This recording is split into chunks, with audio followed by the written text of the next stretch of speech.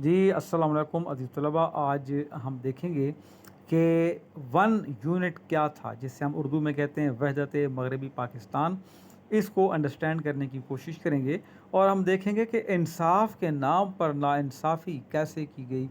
वहदत मगरबी पाकिस्तान, जिसका नाम तो वहदत था कि हम मगरबी पाकिस्तान की वहदत का काम कर रहे हैं, किस तरह हमने बंगालियों की अक्सरियत को अक़लियत में बदलने की कोशिश की और इसके साइड इफ़ेक्ट्स क्या हुए पाकिस्तान की सतह, पाकिस्तान में इसके क्या नुकसानात हुए लॉन्ग टर्म, और ये बनाने वाले कौन थे। इस हवाले से हम आज चलते हैं आगे जी। 14 अक्टूबर 1955 को मौजूदा पाकिस्तान के जो तमाम सूबे थे, रियासतें थीं और वफाकी इलाके थे, इनकी इनफरादियत हैसियत ख़त्म कर दी गई और एक सूबा बना दिया गया मगरबी पाकिस्तान। याद रहे कि ये पाकिस्तान में पंजाब, सिंध, सरहद और हमारे यहाँ बहुत सारी स्टेट्स थीं। बलूचिस्तान उस वक्त सूबा नहीं बना था, लेकिन सिंध के अंदर खैरपुर की स्टेट थी, बहावलपुर की स्टेट थी। बलूचिस्तान में खारान है, मकरान है, लसबेला है, कलात है। तो इन तमाम स्टेट्स को मिलाकर जो है एक सूबा बना दिया गया, जिसका नाम मगरबी पाकिस्तान रखा गया। इसमें कश्मीर और गिलगित बल्तिस्तान शामिल नहीं थे, ये बात आप याद रखिएगा। और जो दूसरा सूबा था उसको मशरक़ी बंगाल कहा जाता है, उसको अब मशरक़ी पाकिस्तान का नाम दे दिया गया। यानी ये हिस्सा मगरबी पाकिस्तान और वो हिस्सा मशरक़ी पाकिस्तान। वन यूनिट बनने से पहले मशरक़ी पाकिस्तान को मशरक़ी बंगाल कहा जाता है। ये याद रखिएगा कि बंगाल दो बार तकसीम हुआ था। एक बार 1905 में जब अंग्रेज़ों ने उसको तकसीम किया इंतज़ाम चलाने की गर्ज से, लेकिन 1911 में ये फ़ैसला वापस ले लिया गया था। दूसरी बार 1947 में बाउंड्री कमीशन बना था और उस बाउंड्री कमीशन के ज़रिए बंगाल को तकसीम किया गया। आधा बंगाल पाकिस्तान के हिस्से में आया, जिसे हम मशरक़ी बंगाल कहते हैं, और आधा बंगाल जहां हिंदुओं की अक्सरियत थी भारत के हिस्से में आया, जिसे हम मगरबी बंगाल कहते हैं। अब हम वन यूनिट की बात करें तो बहुत सारे राइटर्स ये कहते हैं कि वन यूनिट बनाने वाले अक्ल के अंधे थे। यानी उन्होंने गैर इरादी तौर पर, उनका इरादा नहीं था, लेकिन वो बाज़ार तो ठीक कर रहे थे अपने हिसाब से, लेकिन असूली तौर पर जो उन्होंने काम किया वो क्या किया कि एक पाकिस्तान की बजाय दो पाकिस्तान बना दिए। यानी एक मशरक़ी पाकिस्तान और एक मगरबी पाकिस्तान।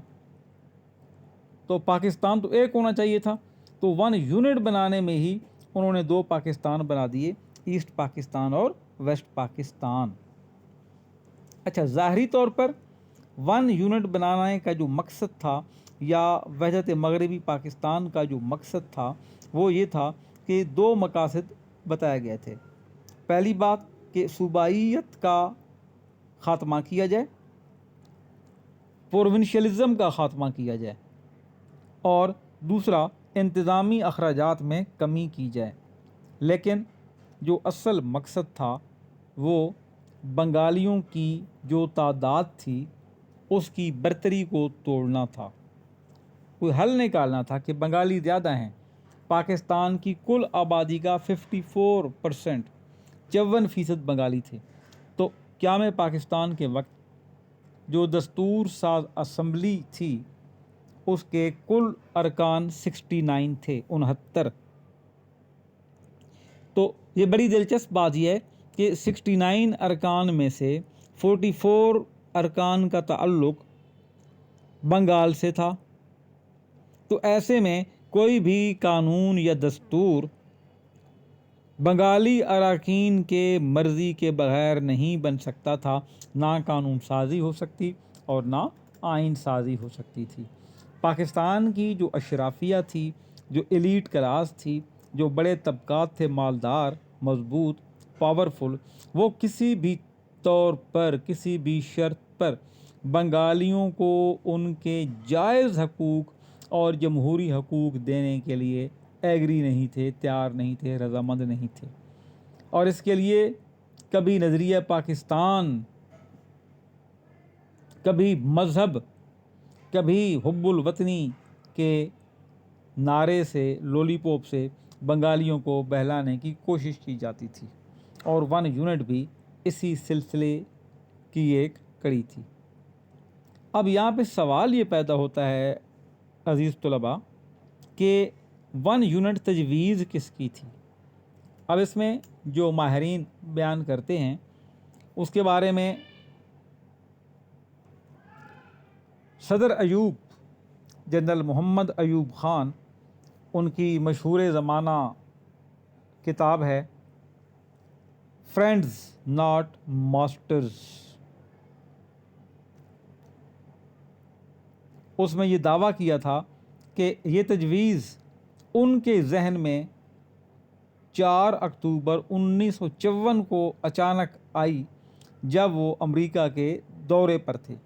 यानी अक्टूबर 1954 में अयूब ख़ान ने अमेरिका का दौरा किया, तो उसी दौरान 4 अक्टूबर 1954 को उनके जहन में ये तजवीज़ आई कि मगरबी हिस्सा जो है इसको मिला के एक सूबा बना दिया जाए और 2 सूबे हों, एक का नाम मशरक़ी पाकिस्तान, एक का नाम मगरबी पाकिस्तान हो। ये वो बात अपनी किताब में लिखते हैं अयूब ख़ान साहब। ये वो ज़माना था 1954 का जब वो आर्मी चीफ़ भी थे और हाजिर सर्विस वज़ीर दिफा भी थे। लेकिन ये तो अयूब ख़ान कहते हैं ना। अच्छा, अब तारीख़ी तौर पर यह कहा जाता है कि पहली बार 2 मार्च 1949 को, यानी 2 मार्च 1949 को दस्तूर साज असम्बली में तकरीर के दौरान मेंबर असम्बली, जो दस्तूर साज असम्बली के मेंबर थे, मलिक फ़िरोज़ ख़ान नून, उन्होंने ये पेश की थी। और इसके बाद फिर सिंध में बड़ा ज़बरदस्त एहतजाज हुआ था, लेकिन मामला वक्ती तौर पर दबा दिया गया। अब कुछ राइटर्स ये कहते हैं कि इत्तेफाक देखें कि जिस दिन अयूब को, जनरल अयूब को 1 यूनिट के क़याम की तजवीज़ का ख़्याल आया, ये कब ख़्याल आया? 4 अक्टूबर 1954 को अयूब ख़ान अपनी किताब में लिखते हैं, और वो अमेरिका में थे। और उसी दिन 4 अक्टूबर 1954 को गवर्नर जनरल ग़ुलाम मोहम्मद साहब ने सिंध के वज़ीर आला अब्दुस्सत्तार पीरज़ादा को बरतरफ कर दिया था। क्यों किया था?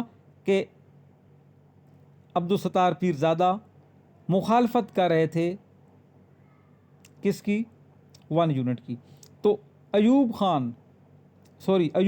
खोड़ो को वज़ीर आला बना दिया था ग़ुलाम मोहम्मद साहब ने। उसी वज़ीर आला अयूब खोड़ो को, जिन्हें क़ायद-ए-आज़म की ज़िंदगी में बरतरफ किया गया था कि ये करप्ट आदमी है, करप्शन है सिंध के अंदर, आज अयूब खोड़ो को दोबारा वज़ीर आला बना दिया गया। तो ये जो थे अयूब खोड़ो, इन्होंने 1 यूनिट की तजवीज़ को असम्बली से मंजूर करवा लिया था। और फिर क्या हुआ कि 24 अक्टूबर 1954 को दस्तूर साज असम्बली भी बर्खास्त कर दी गई, ताकि बंगालियों की जो थोड़ी बहुत जमहूरी मुज़ाहमत है असम्बली में ज़्यादा मेंबरान होने की वजह से, वो ख़त्म कर दी जाए।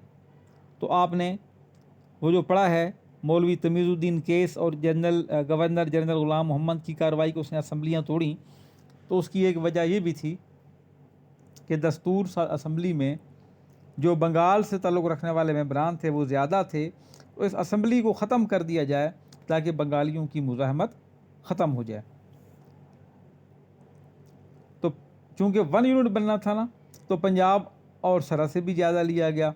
सिंध में अयूब खोड़ों ने इसको मंजूर करवाया, जो मंजूर नहीं करवा रहा था उसको हटा दिया गया 1 यूनिट के फार्मूले को, और पंजाब और सरहद की असम्बलियों ने तो आराम से इसको मंजूर कर दिया था।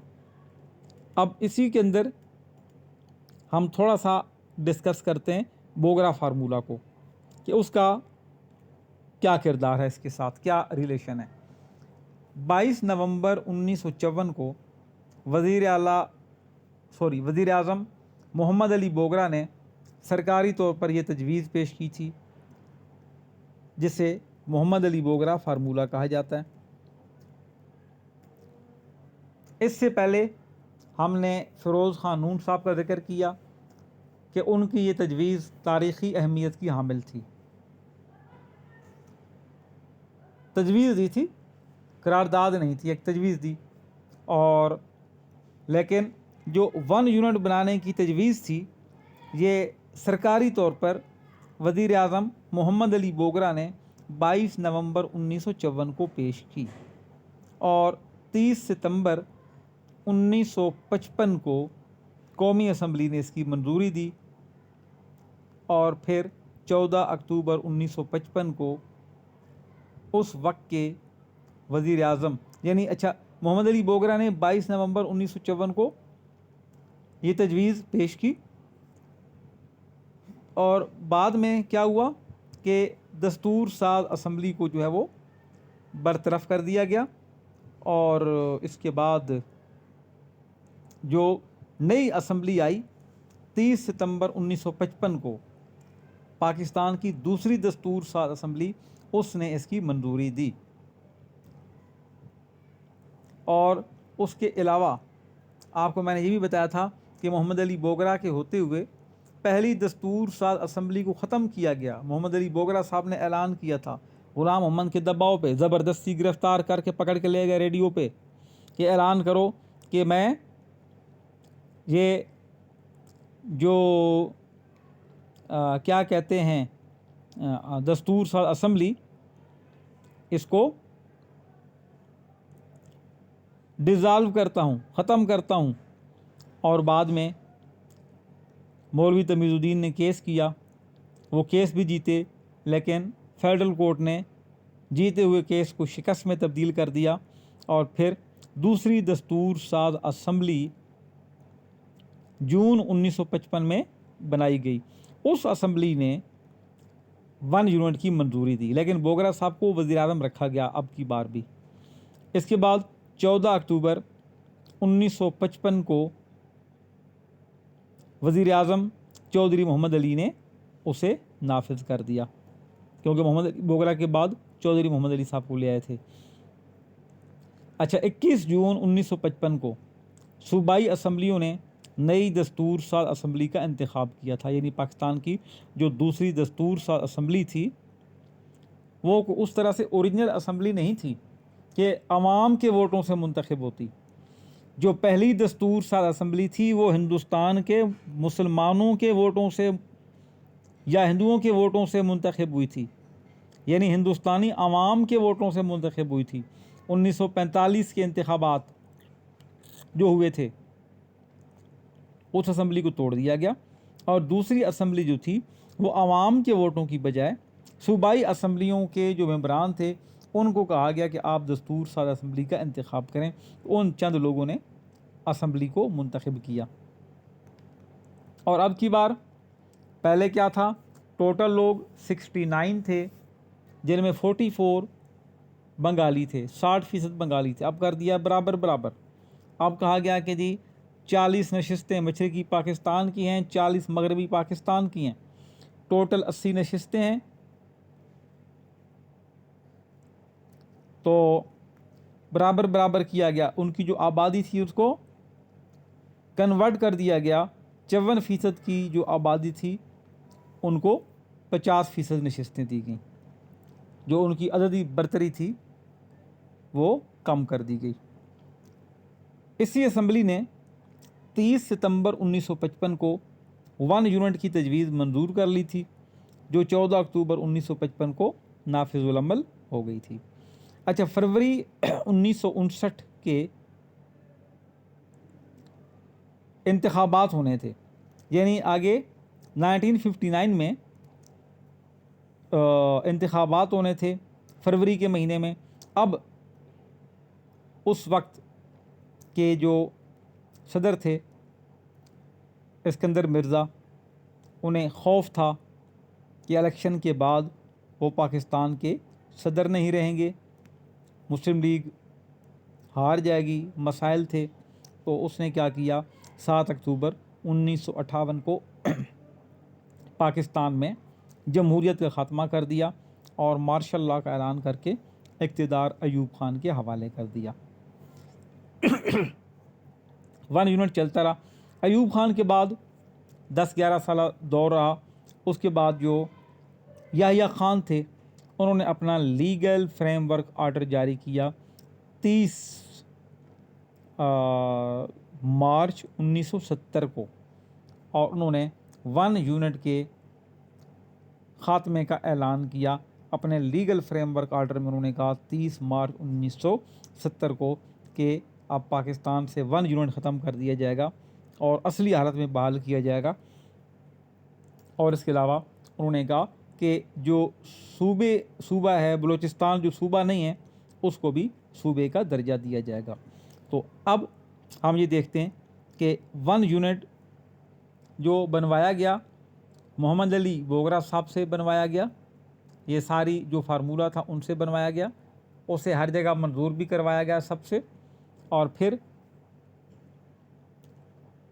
जो कहा गया कि जी इंसाफ होगा दोनों सूबों के दरमियान, तो बंगालियों के साथ इंसाफ के नाम पर बहुत बड़ी नाइंसाफ़ी की गई थी। तो ये था 1 यूनिट या वहदत मगरबी पाकिस्तान। उम्मीद है अज़ीज़ तलबा कि आपको ये लेक्चर काफ़ी बेहतर तरीके से समझ में आ चुका होगा। अगर कहीं कोई कन्फ्यूजन हो तो आप फिर कमेंट सेक्शन में बता दीजिएगा, मैं आपको इसका जवाब भी दे दूँगा। ओके जी, थैंक यू, अल्लाह हाफ़िज़।